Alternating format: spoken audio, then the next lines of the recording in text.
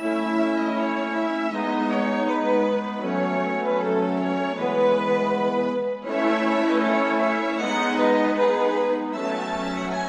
well, bad news for this episode.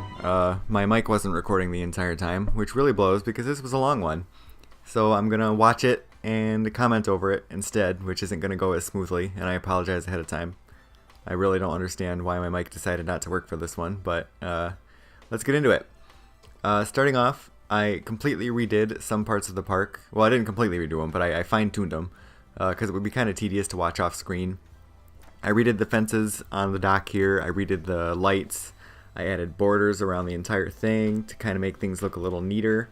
I did custom supports underneath the whole thing because the paths and the rides have different supports underneath them when they're raised, which kind of drives me nuts. So I went in and did that.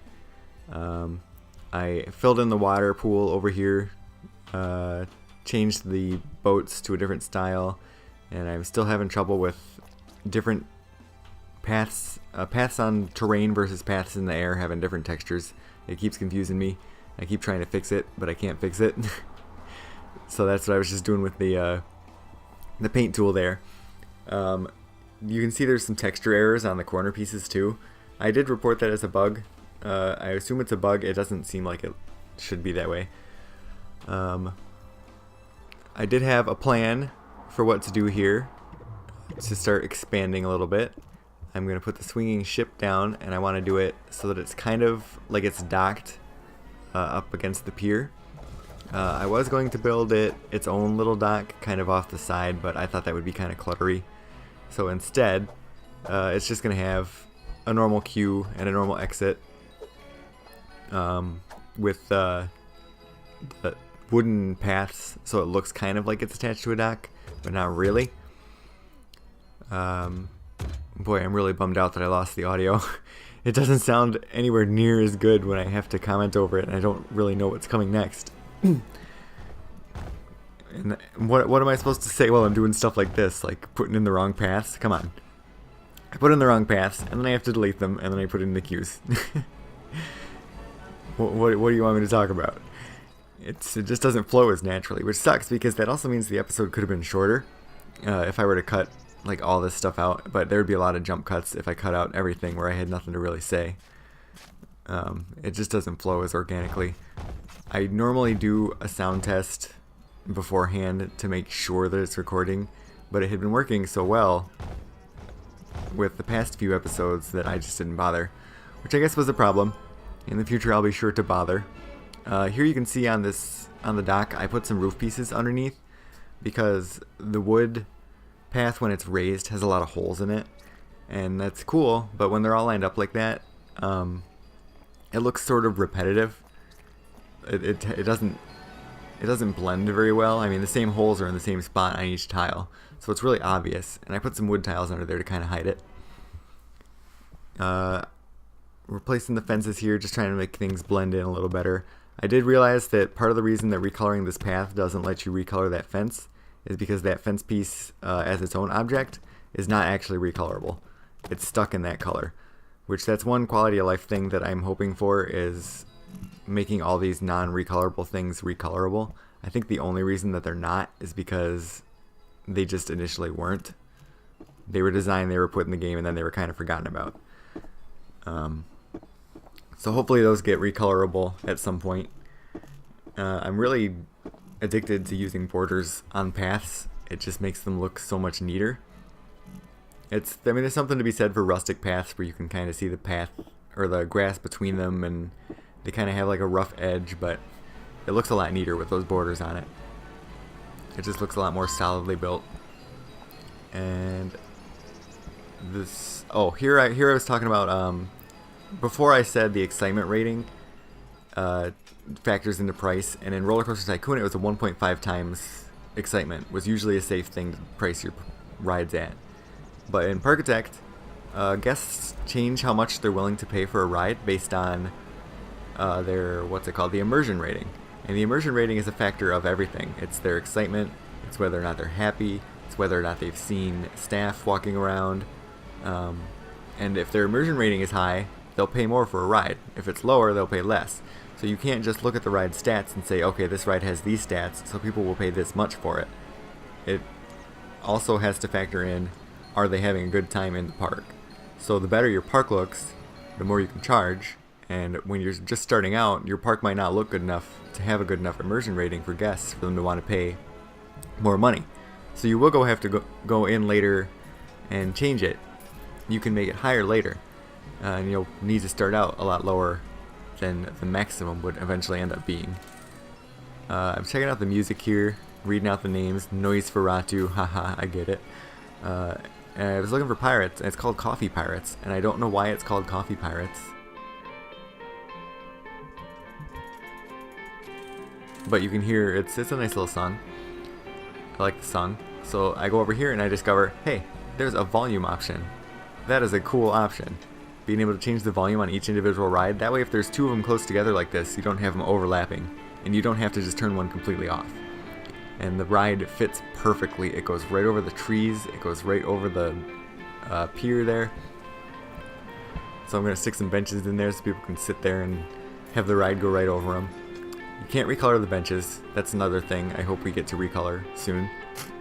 I have to assume making things recolorable isn't a huge undertaking. Usually it's a matter of a specific texture, kind of like a blank texture, and then there's an overlay texture of sorts, and that's what you're actually changing. And the things that aren't recolorable don't have that blank texture, they just have one solid texture. But adjusting them so that they do, I'm sure it's not impossible. Maybe modders will do it, I don't know, but it seems like something they'll fix. Here I have another plan already to expand, and it requires clearing out this forest and killing all the wildlife, and it requires taking the land and digging it out and clearing out all of the moles, and they don't have any houses anymore. Sucks for them. You may remember in my Pebblestone Park scenario I built a coaster and it came out pretty good, and I put tons of scenery around it, and that also came out pretty good. I saved that, and I'm going to put that here instead of building something from scratch. And unfortunately, I have to expand the area because those trees poking off the side, you can't just tell the game, ignore those, just delete those. It has to fit in the playable area. So I expand a little bit, kill some more animals, destroy some more trees. And also, you can't use custom decor in the official scenarios. You can't use mod decor, things that you've downloaded. So all the building, I also forgot I need a loan. All the loans in this scenario are really expensive. They have a high interest rate, and they're all really high numbers. I was hoping to only take out like a $5,000 loan, but I ended up with $11,000. Anyway, you can't use custom pieces, so the entire station on this ride is destroyed, and there was a structure in the center for the lift hill that was destroyed, and I had curved walls around the first turn there and the final turn there, and it looked really nice. I really liked it, but you can't use those pieces in this scenario. And you can download this coaster on the workshop. I will be uploading it. Not this specific one, the one that I used in the Pebblestone Park scenario with all the decor that I'm talking about that's missing. So you can download it. It's a pretty nice coaster. It's got good excitement rating and good intensity, which that's what this park needs, is more intensity. People seem to want intensity in this park too, just like the last one. So I'm just going to build a basic station over the ride. I'm not going to do anything too crazy with it. One thing I noticed on real rides is the roofing and the awnings over queues never go over stairs. I don't know why, but they seem to just skip the stairs. Like if the stairs are part of a bigger building, they'll go over them. But if they extend outside of the building or like over water or something, they always get rid of the roof. Like what's the ride? Maverick at Cedar Point has the big station building, and the entire thing is enclosed until you get to the stairs. When you get to the stairs, you have to stand out in the sun, even though you were just in an enclosed building for the last 30 minutes. And I don't get it. I don't know why they do that. I have no idea why they do that. I know why I don't do it in Parkitect, because I don't have angled roof pieces that match those and would line up. But in real life, what's the excuse? I did run into a little confusion here, not understanding why my queue wasn't fitting. And it's because I had fake fences inside to make the queue extended. This part of the queue here is actually not functional. It's not part of the ride. It's just an overflow. So I had to adjust it a little bit because I wasn't sure where those fences were in the first place. And that back part there that I'm adding onto right now, it doesn't actually connect. It's just there for decorative purposes. So that gets all worked out. And I'm doing a lot of recoloring. I do go in and make the ride match the rest of the park's wood later. But for the time being, I'm just trying to work on this little station. And it's not complex enough to really pause and fast forward, but I'm going to a little bit. I'm going to pause my recording right now and see what I think about doing that.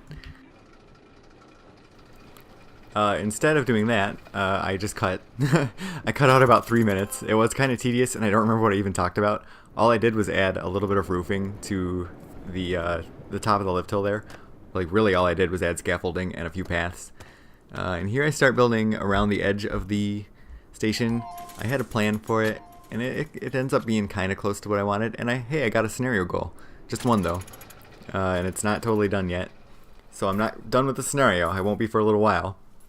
But here, I'm adjusting this because I'm going to remove that whole area. It's going to have some terrain around it. I just want to do a simple wooden station around. And I'm not going to fast forward because it doesn't take that long.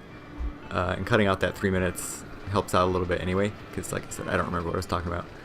And I decided to take a break and check out what my guests are thinking, and for some reason 3 of them are saying, alright, I've had enough of this park, and I don't know why. They don't say why, they were on the dock and they decided, okay, I hate this. I guess maybe it wasn't intense enough for those people or something, but the swinging ship is there. And then one of my staff members is complaining about how he can't reach the staff room, and I don't know why. It looks almost like there's a path clipping under there. That's what I thought. I thought something was bugged out with the paths, but that's just normal behavior. It automatically adds a little bit of path under the door when you put one down. So I couldn't figure out what the heck is going on with my staff. And oh, hey, wait a minute. I forgot. There's staff paths, and they're not connected to the main road. 2 decades of playing Roller Coaster Tycoon and not having to deal with this, I'm totally not used to it still. So my staff are floundering, just kind of stuck between the depot and the taco ball restaurant. They can't actually get to the main path, so they can't go to the staff room, and they're just getting tired. So it's a good thing I checked that out because I had no idea. And they were going to stop doing their work completely. So I connected to this main path here so that they can walk around. Like I said, guests don't worry about seeing staff as long as they're not carrying boxes, so the staff won't use that path to carry boxes, and they can walk to the staff room. I completely forget to let people actually get to the stupid staff room, which that's good. I like that I'm forgetting to do things. I like that I'm playing this game and I haven't mastered it in 5 seconds. Otherwise, people, they don't really have much to say. One person liked my scenery a lot, which was nice. But anyway, building a coaster station. I'm trying not to do plain queues anymore. The ones up by the dock, those don't count. They're on a dock. The dock is the queue decoration. That's where the effort went. They don't need stations. I mean, you don't put stations on a dock anyway. You could probably build like a really cool building for a carousel, but it's not really that kind of carousel, and it's not that big of a dock. So I'm not going to worry about it. I'm enclosing the entire front of the station here because a lot of real world queues will do that so that you can't actually tell how many people are in line. Because if you can see how many people are in line, you might be discouraged to get in line at all. And usually once people are in line, they're not going to get out. They're just going to get on and they're going to be like, okay, well, I guess we're here now. We might as well wait. So not being able to see the queue length I think that would actually be kind of a cool feature for guests. I don't know if they have any reaction to being able to see the queue or not. I'm pretty sure they don't. But that would be pretty cool, I think. There could be people with different queue preferences. Yeah, wow, what was that? People with different queue preferences. Some of them might be a little more upset about a visibly large queue, or they might be more willing to stay in a queue if they didn't know it was big or something like that. I think that could be neat. It's not really a decked out queue or anything. It's not very pretty, but it does what it's supposed to do. It does its job. It's got a lot of rain protection, at least. That's good. People will be willing to stand in line for the rain. I don't know if they'll want to ride the coaster in the rain, though. I'm just going to modify the terrain here a little bit. This blueprint works here really nicely because with that terrain dip from the path, I just kind of kept that in. So now the coaster is just surrounded by a little hill of land, and I think it looks pretty neat. I kind of screwed it up there though. I'm going to put a little bit more vegetation in there. That's one thing I'm going to do. Now that I have to re-record audio and I don't know what I was saying anyway, I can tell you now what I changed between this episode and the next one. That way I don't have to spend the next one explaining at the beginning what little things I went in and did off camera. Between this one and the next one, I go through and I recolor all these paths. I replace all the fences with matching fences for the rest of the park. I change the paths out in front of the ride. What else did I do? Not much really. Oh, the station here. The station is bright orange, and it doesn't match anything, and you can't change that color. Or if you can, I'm stupid and I missed it. And I can't use outside scenery objects, so I end up going and using the little cube shape, and I just made that kind of small and put a million of them over the path along the sides of the track and just recolored it.